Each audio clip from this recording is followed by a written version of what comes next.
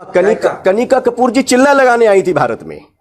जी जी, तो चिल्ला लगाने आई थी और इस्लाम समझाने के लिए योगी जी के पास गई थी। वो कनिका कपूर वायरस लेकर आए तो साहब वो अमृत है, वो अमृत है, वो गंगा जल है, उस पे कभी कोई गड़बड़ नहीं हो सकती। अरे भाई, कोई भी हो, जान सबको प्यारी है, जान सबको प्यारी। तमाशा मत करो, खेल मत खेलो। देखो ये वायरस हार जाएगी, नफरत के वक्त कट जाएंगे। और जो लोग एंकर उछल रहे हैं, मैं उन भाइयों से पूछता हूं कि आनंद विहार बस स्टैंड में जो लाखों मजदूर एक जगह जमा हो गए, उनके इस जमावड़े के खिलाफ किस पर एफआईआर होनी चाहिए? है किसी पर एफआईआर करके दिखाइए। ये वक्त एफआईआर करने का है, ये वक्त मोहब्बत से एक दूसरे के काम आने का है, एक दूसरे के काम आने का। कितने लोग भूख से तड़प रहे, खाना बांटा जा रहा है, लेकिन बदनाम करने के लिए एक मौका चाहिए था।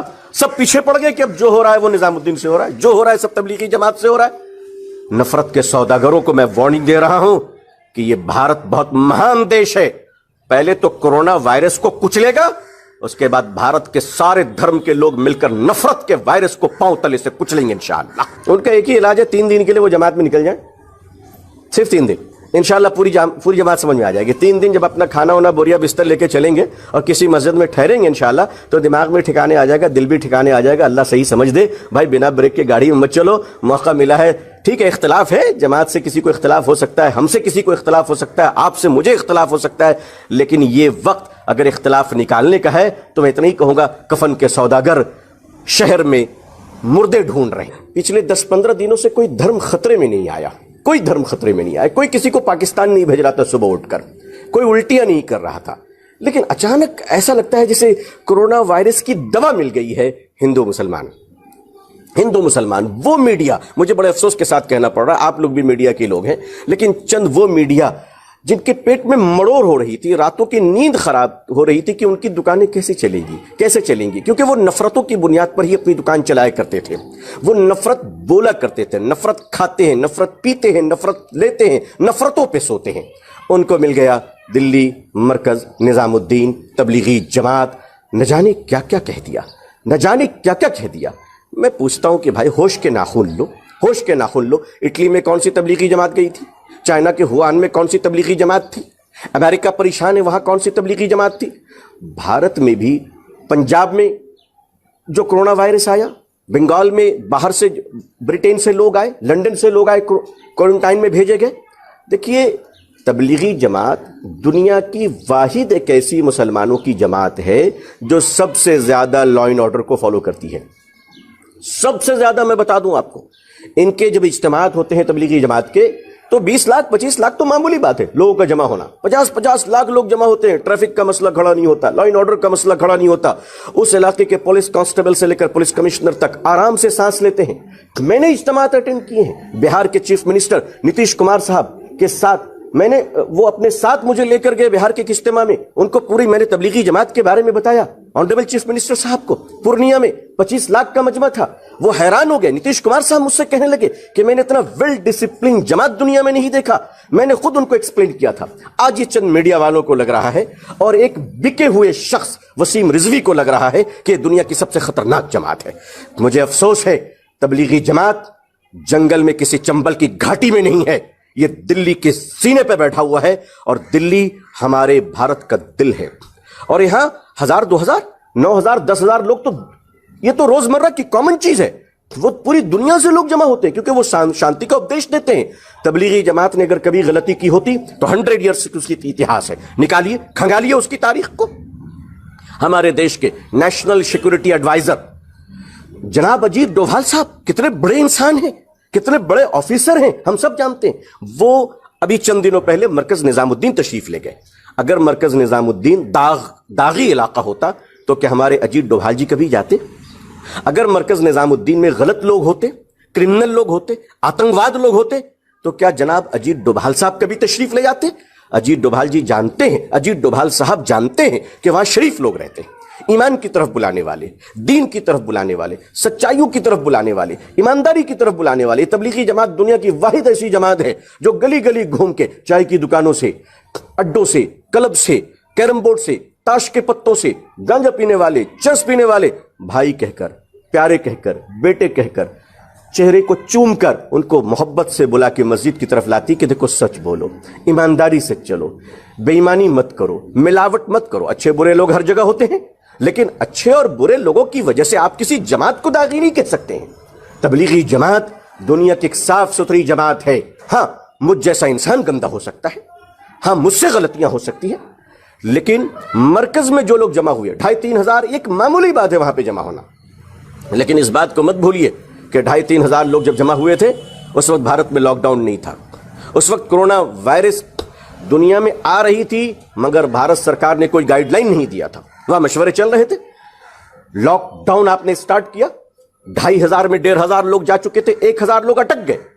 मैं आपसे पूछता हूं, भारत के जनाब वजीर आजम साहब ने लॉकडाउन अचानक किया था, कोई टाइम देकर नहीं किया था। उन्होंने क्या ऐलान फरमाया कि जो जहां है वहीं ठहर जाएं। मैं कहता हूं जो लोग निजामुद्दीन में थे, उनको क्या पार्कों में जाकर टहलना चाहिए था? उनको कहां जाना चाहिए था? वो वहीं ठहर गए, भारत के प्रधानमंत्री के आदेश का सम्मान करते हुए वहीं ठहर गए।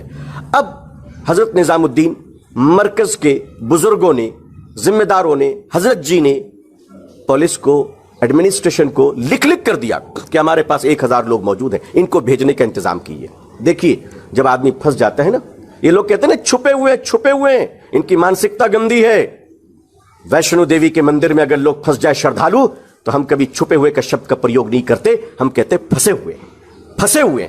फंसने और छुपने में फर्क होता है। छुपते हैं चोर और डकैत। इसीलिए मैंने कहा कि निजामुद्दीन मरकज चंबल की घाटी में नहीं है, दिल्ली में है, वहां लोग छुपे नहीं, फंसे हैं।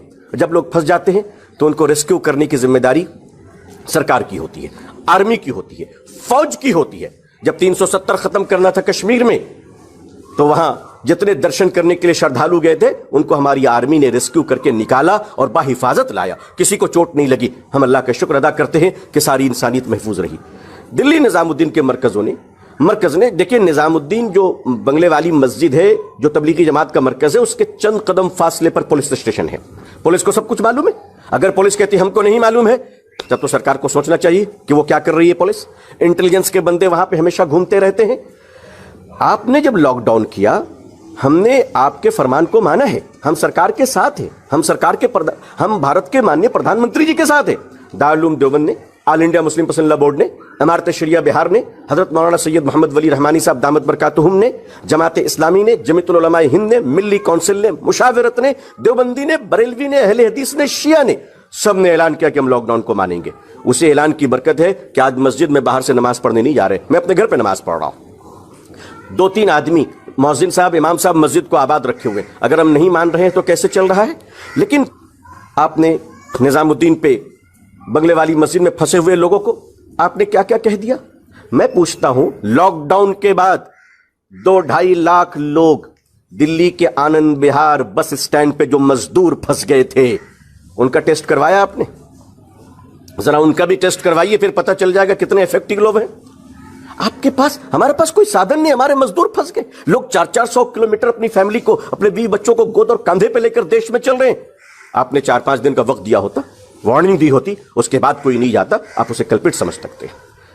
ये माननीय मुख्यमंत्री जनाब अरविंद केजरीवाल साहब, भारत सरकार और जो लोग एंकर उछल रहे हैं, मैं उन भाइयों से पूछता हूं कि आनंद विहार बस स्टैंड में जो लाखों मजदूर एक जगह जमा हो गए, उनके इस जमावड़े के खिलाफ किस पर एफआईआर होनी चाहिए?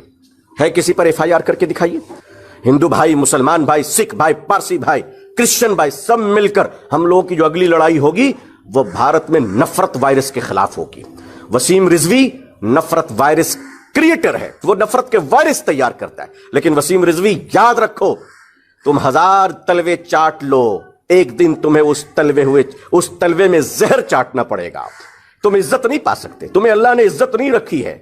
आज हमारे शिया भाई तुमसे नफरत करते हैं। महामहिम केरला के गवर्नर, वो तो महामहिम है, वो तो राज्यपाल हैं। मैं तो उनके खिलाफ कुछ नहीं कह सकता, लेकिन समझ में नहीं आता कि राज्यपाल जी की जबान में इतनी खुजली क्यों हो रही है कि जब मौका मिलता है मुसलमानों को डंक मारने का मौका नहीं गंवाते। अरे आप इससे आगे नहीं जा सकते सरकार, जो आपको मिला है उसी में आप इंजॉय कीजिए। तबलीगी जमात दुनिया की अमन पसंद जमात है, इख्तलाफात अपनी जगह पर है, लेकिन यह वक्त ऐसा नहीं है कि हम मजहब और धर्म और लोगों को लेकर लड़ाइयां छेड़ दें। मैं देख रहा हूं सोशल मीडिया पे बिना ब्रेक की गाड़ी में लोग चढ़े हुए हैं, ब्रेक ही नहीं, एक्सीलेटर दबाए चले जा रहे हैं। अरे कुछ अपनी फिक्र करो, कहां गिरोगे जाके। जमात तो ठीक है, संकट से निकल जाएगी, ہمارا دیش بھی سنکٹ سے نکل جائے گا. بھارت ہمارا بڑا مہان ہے, بڑی دعائیں ہو رہی ہے. اللہ تعالیٰ بھارت اور بھارتیوں کی اور پوری دنیا کی انسانیت کی حفاظت فرمائے. میں تو اٹلی کے انسانوں کے لیے بھی دعا کر رہا ہوں, کیوں نہیں کروں گا. ہمارے دیش میں کسی بھائی بہن چاہے وہ کسی بھی دھرم و ذات کے رہیں, ان کو اگر بھوک لگی اور ہمارے گھر میں کھانا ہے تو حضرت محمد صلی اللہ علیہ وسلم کا آدیش ہے کہ میں اپنے پڑوسی کو پہلے کھانا پہنچاؤں. اور انشاءاللہ ہم سب کریں گے. میں سارے مسلمان بھائی اور ہندو بھائیوں سے کہوں گا کہ لا اینڈ آرڈر کو مانتے ہوئے, ہیلتھ ڈپارٹمنٹس کے انسٹرکشن کو فالو کرتے ہوئے مانوتا کے کام کو جاری رکھیں. اسے روکنے کی ضرورت نہیں ہے. نفرتیں پھیلانے والوں, تمہاری ہار ہوگی. بھارت جیتے گا, بھارت کی مانوتا.